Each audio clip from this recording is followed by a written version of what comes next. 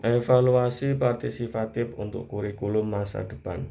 Statement pakar kurikulum Alifa menyadarkan kita semua bahwa kurikulum digagas merupakan produk dari situasi dan kondisi di mana pendidikan itu diselenggarakan sehingga perlu memperhatikan perubahan sosial, perkembangan positioning filsafat pendidikan yang digunakan, prinsip-prinsip psikologi, serta akumulasi pendekatan interdisipliner dan kepemimpinan pendidikan dalam ruang sejarah. Karena itu, evaluasi dan inovasi kurikulum menjadi sebuah keniscayaan.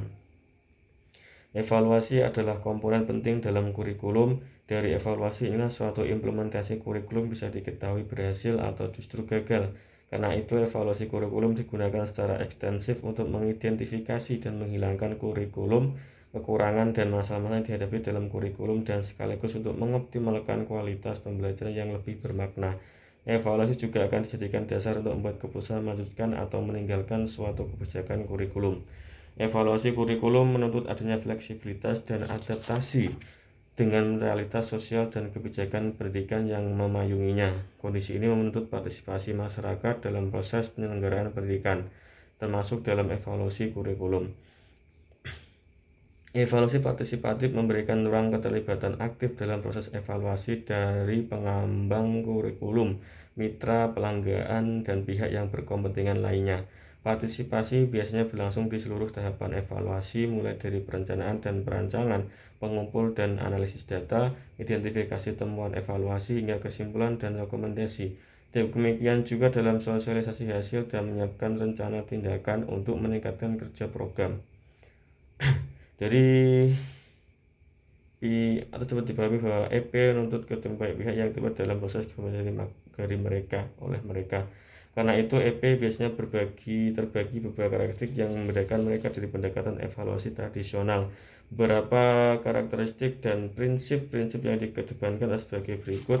Yang pertama, partisipan fokus and ownership, yakni berorientasi pada kebutuhan para pemangku kepentingan program daripada lembaga donor.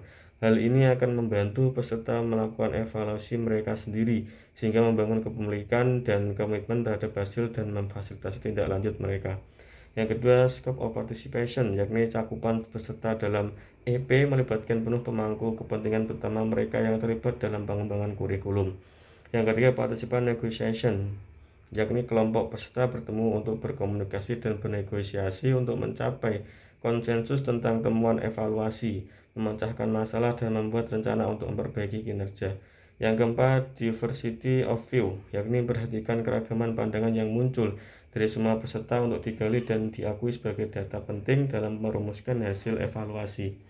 Yang kelima, learning process, yakni proses EP diposisikan sebagai sebuah pengalaman belajar bagi peserta. Penekanannya adalah pada identifikasi pelajaran yang akan membantu peserta memperbaiki pelaksanaan program, serta pada menilai apakah target yang dicapai.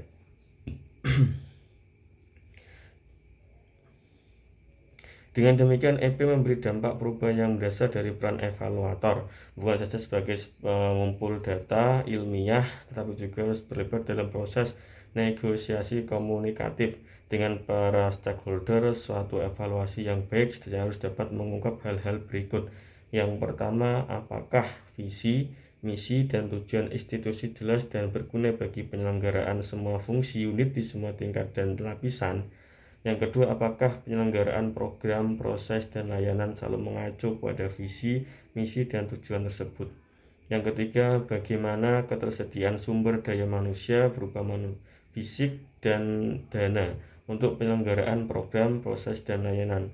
Yang keempat, apakah tujuan pada semua tingkat dan lapisan tercapai. Yang kelima, apakah bukti pendukung ketercapaian tersebut.